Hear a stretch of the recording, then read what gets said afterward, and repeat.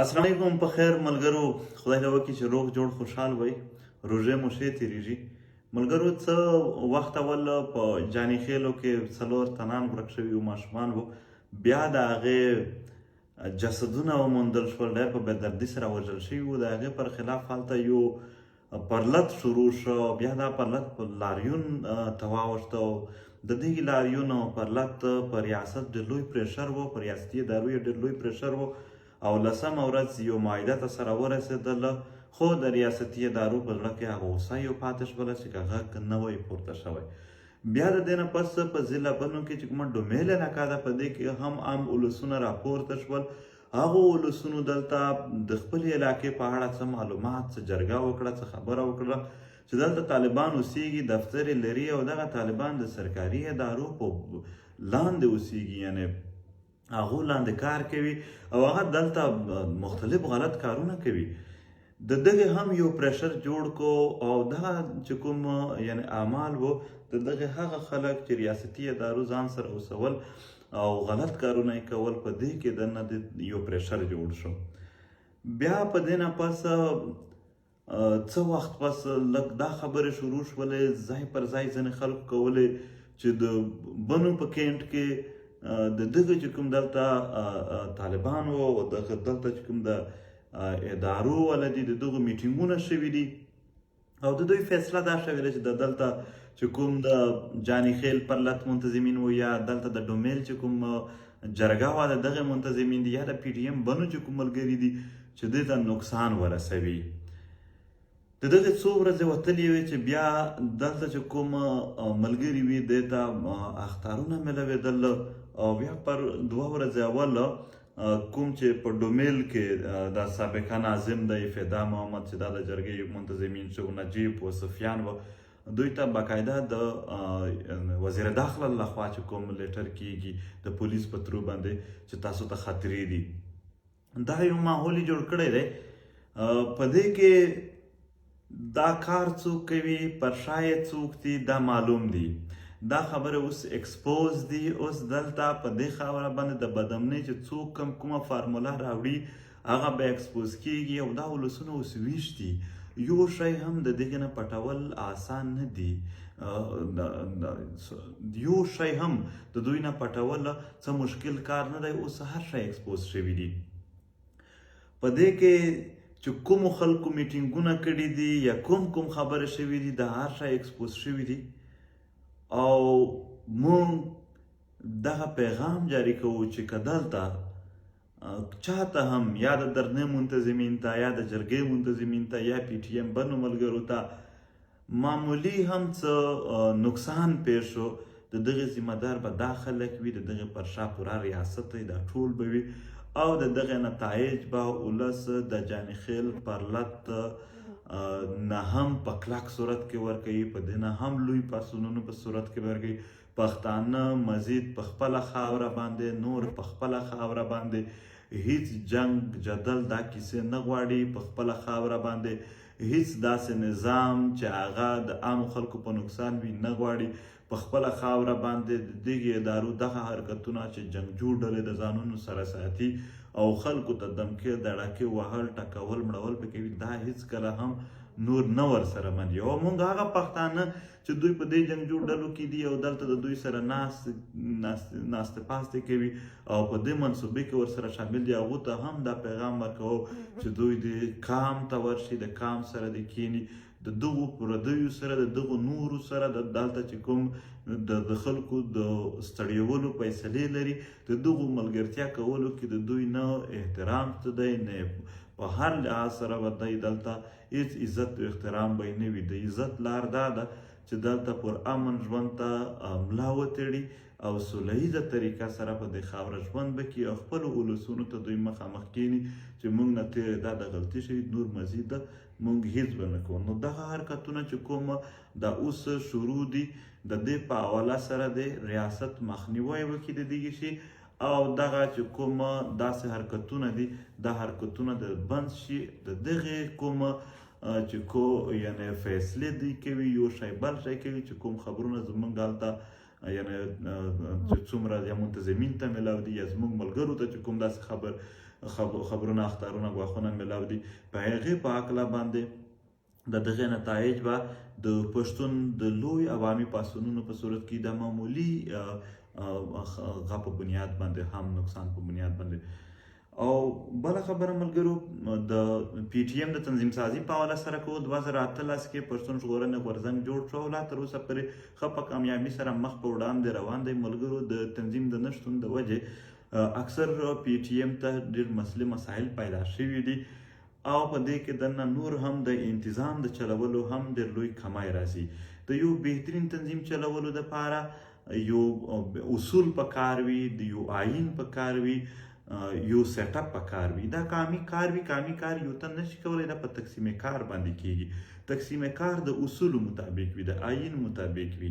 نو د هغې دپاره پی ټي ایم د ډېر وخت نه هڅې کولې ملګرو او بیا آیین هم جوړ شو. بیا د آیین مطابق د یو تنظیم د یو سټرکچر د یو ساخت د جوړولو فیصله هم وشوله. په هغې کې دننه د یو باډي جوړه شوله چې د حاجي عبدالصمد په سربراهي کې کار کوي. حاجي عبدالصمد ډېر لویه تجربه لري، ټول عمر یې په تنظیم کې پاتې کړی دی. او په دې حواله باندې موږ عام ولس ته دا مطالبه کوو د دوی نه چې دوی په دې کې برخه واخلي. د دغې چې کوم د تحریک ساخت جوړیږي، د تحریک ساخت ضروري وي، د تحریک ساخت تقسیم کار کوي. هر سړی ته خپل کار وښایي چې ته به دا کار کوي، ته به د تحریک په دې اصولو کې په دې تنظیم کې دننه جزا او سزا وي. دا ښه کار و، دا بد کار و، داسې په دې کې دننه یعنی یو اصول وي، په دې کې دننه یو یعنی د یو شي د حاصلولو یو منیجمنټ پروت وي. نو هغه چې څومره هم زموږ تنظیم مضبوط وي او هغې باندې څومره زبردست عمل وي، دومره بیا موږ په دې کې کامیابېږو. او هر کله د آیین جوړول، آیین هلته اپلای کېږي چې کله تنظیم موجود وي. د تنظیم نه بغیر بیا هم آیین نه هغه اپلای کول به چا باندې به اپلای کوي. نو د تنظیم د جوړولو دپاره د غړیتوب فیصله وه. دغه غړیتوب په حواله سره چې کوم سیټ اپ روان دی ځای پر ځای، په دې کې د ملګري کومک وکړي د هر ضلعي چې کوم الیکشن باډیز دي د دغو سره، او دا غړیتوب په بنیاد باندې به بیا چې د غړیتوب خپل میعاد دی، خپل یې ټایم دی، هغه چې پوره شي بیا به د دغې نه یو تنظیم جوړیږي. هغه تنظیم به د آیین مطابق د هر چا جوړیږي او بیا به د آیین مطابق هر چا ته کار سپاره شي. چې کار وسپاره شي بیا به موږ ته کار هم آسان وي، موږ به ډېر هم کولی شو. زموږ به یو نظم وي، یو ډیسپلن به وي، یو اصول به وي، یو جزا سزا د دغې هر شي د کامولو به خپلې ادارې وي. نو د دغې لپاره ټولو ملګرو نه مطالبه ده چې دوی په دې کې کومک وکړي. هر سړی په خپل کلي کې، په خپل علاقه کې وګرځي. هر څوک چې هلته د پی ټي ایم غړیتوب کوي هغه راټول کړي، بیا د خپل ضلعي الیکشن باډي سره رابطه وکړي، هغه راوغواړي او د دوی غړیتوب وکړي. ضروري نه هغه د ویډیو د نه کوي او دغسې دی کوي. نو په دې کې دی هم ملګري کومک وکړي د دې سره. بیا ملګرو دلته موږ خبره کوو د عارف شهید د اول تلین چې هغه 2 مای ته راځي، دویم د 5مې میاشتې 2م تاریخ ته. او د 5مې میاشتې 2م تاریخ په روژه وي. نو د علي وزیر بشمول د نورو ټولو ملګرو په مشوره باندې دا به د روژه چې څنګه هم ختم کیږي، په دې ورځو کې به د سردار عارف شهید د تلین په هکله باندې چې کوم تلین لمانځه شي، د دغې ورځ او ځای داسې په 5مه میاشت کې د خړکمر چې کوم شهیدان دي دغې هم تلین لمانځل کېږي. د دغې تلین د لمانځلو ځای او وخت دا به د دغې روژې په یعنې چې کله د روژه ختم کېږي د دغې په آخر کې به موږ د دغې اعلان کوو. تر هغې پوره به ملګري په دې باندې نه کوي او د تحریک چې کومې فیصلې دي هغه موږ ټولې په دې منو چې د تحریک د فیصلې نه بغیر که موږ چلیږو هغه به بد انتظامي زیاته جوړوي. او بل ملګرو نن د فقیر پی تلین دی. فقیر پی په دې خاوره باندې د پیرنګي خلاف چې پیرنګی دلته راغلی و، پیرنګي د تحریک ناول هم ډېر زیات ظلم جبر په دې خاوره کړی و، د ډېرو پښتنه یې وژلي و او په دې خاوره باندې حتی کې د ډیورنټ کرښه هم دغې پیرنګي تېره وه او په دې نه پس هم ډېر زیات ظلمونه جبر یې کول. د دې پر خلاف فقیر پی یو قامي تحریک چلولی و، د دغې قام د دغې وطن نه د دوی د استلو مبارزه یې کړې وه. او د ده او د ده ملګرو خپل ژوندون په دې کې تېر کړی و، د هغو چې کوم یعنې تلین دی په هغې باندې موږ دوی ته خراج تحسین پیش کوو. او ملګرو د افغانستان موجوده صورتحال باندې که خبره کوو نو د څو ورځې په میډیا کې انټرنیشنل میډیا کې سپیشل دغه خبرې کیږي چې دلته یو ځل بیا د امریکې د تګ نه پس خانه جنګي یو شی بل شی. اول خو مونږ هیله لرو چې هیڅ خانه جنګي به نه وي، هیڅ داسې جنګ به نه وي. افغانستان ولس چې کوم دی ډېر لوی جنګ یې تېر کړ، دلته په کرشه دغه هم ولسونو ډېر لوی جنګ تېر کړ. دا جنګ کنیکټډ و او د دغې یعنې د افغانستان کې چې کله هم داسې جنګونه راغلي دي دغه هم د هغې نه ډېرې تباهۍ او بربادۍ جوړې شوي دي. اوس موږ هیله لرو چې په دې نه پس به جنګونه نه وي، د افغانستان اقتدار ته به لار د افغانستان د ولس د رایې مطابق وي. د افغانستان ولس ډېر زیاتو جنګونو وهلی دی، ډېر زیات تباه شوی دی. د دوی رایې، د دوی فکر، د دغې احترام باید ټول وکړي، هر څوک یې وکړي او د دې د رایې نه بغیر موږ یعنې هیڅوک هم هلته داسې کوشش نه وکړي چې هغه د جنګ سبب جوړ شي، هغه هلته د بدامنۍ سبب جوړ شي.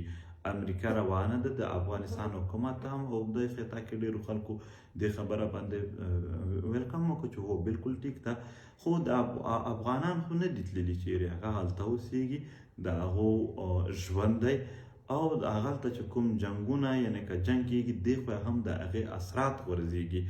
او که چیرې دلته بیا هم اول خو د خدای نه کړي چې داسې څه ماحول جوړ شي، خو که جوړېږي نو موږ به ټول پښتانه به د امن لپاره خپلې هڅې، خپل کوششونه، خپل آواز، خپل غږ پورته کوو او دلته به د امن او د دغې خاورې د ښه ژوند، د سوله ییز ژوند د دغې غږ به پورته کوو، د دغې یو ترویج به کوو، د دغې یو اشتهار به کوو چې هلته امن وي، هلته او د هغې ځای امن سره د دغې ټولې خطې امن تړلی دی، د دغې ټولې خطې سوله ییز ژوند تړلی دی.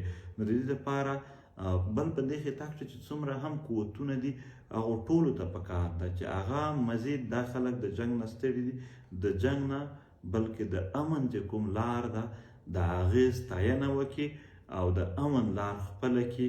افغانستان کې دننه د افغان ولس د رایې چې هغه ډېرو زیاتو جنګونه وهلی د هغې احترام وشي او د هغې په ذریعه باندې هر څوک خپله فیصله وکړي. داسې نه چې د خپلمنځي ضد او انا په بنیاد فیصلې هر څوک وکړي. که زه یې قایموم، که بل څوک رایې قایموي، هغه به د افغان ولس د رایې، د دوی د ښه ژوند او د دوی د ښه راتلونکي په بنیاد خبره کوي. د افغانستان ښه راتلونکی، د افغانستان سوله ییز ژوند د ټولې خطې بالخصوص په کرشه دغه چې څومره پښتانه آباد دي، افغانان آباد دي، د دغې په ژوند باندې به ډېر ښه اثرات غورځوي. نو د دې دپاره به زموږ د سولې کوششونه، د سولې هڅې دا به روانې وي او که چیرې داسې څه حالات خرابېږي دا به لا هم زیاتېږي او دلته به د سوله ییز ژوند دپاره ډېر په منظمه طریقه باندې یو سیټ اپ کوو. ملګرو د پی ټي ایم د قیدیانو خبره ده. پی ټي ایم څه قیدیان خو راووتل، تاسو ولیدل. هر کله چې د پی ټي ایم قیدیان وي د پی ټي ایم ملګري تل د دوی دپاره منډې وهي، د دوی دپاره هڅې کوي. داسې چې کوم ملګري پاتې دي بشمول علي وزیر د ټولو دپاره به زموږ هڅې روانې وي. موږ هر کله د وکیلانو سره هم په رابطه کې وو، اکثر د وکیلانو په مشوره باندې هم موږ ډېر کارونه کول او نه کول هم وکړو، ځکه چې وکیل چې کوم وي هغه د کیس لا هم د نوعیت پته وي. زموږ ملګري هم هلته شپه ورځ ورسره لګیا وي. داسې د حنیف پښتین چې کوم کیس دی دا د ډېر زیات وخت نه دی، د دغې دپاره به هم د تحریک هڅې روانې وي. خو بیا هم ملګرو ته دا وایم چې کله تاسو یو مضبوط تنظیم جوړولو کې زموږ کومک وکړه، بیا به چې څومره هم مسلې دي بشمول د حنیف پښتین دا به ټولې موږ په اسانه سره حل کړو او بیا به په دې خاوره موږ چې کوم حقوق غواړو په دې کې به زموږ ډېر زیات په طاقت به وي، هغې ته به منظم و، هغه به لا هم په ښه طریقه سره موږ خپله مبارزه، خپل مزاحمت جاري ساتلی شو. ډېره مننه، خدای مو خوشحاله را آباد اوسئ.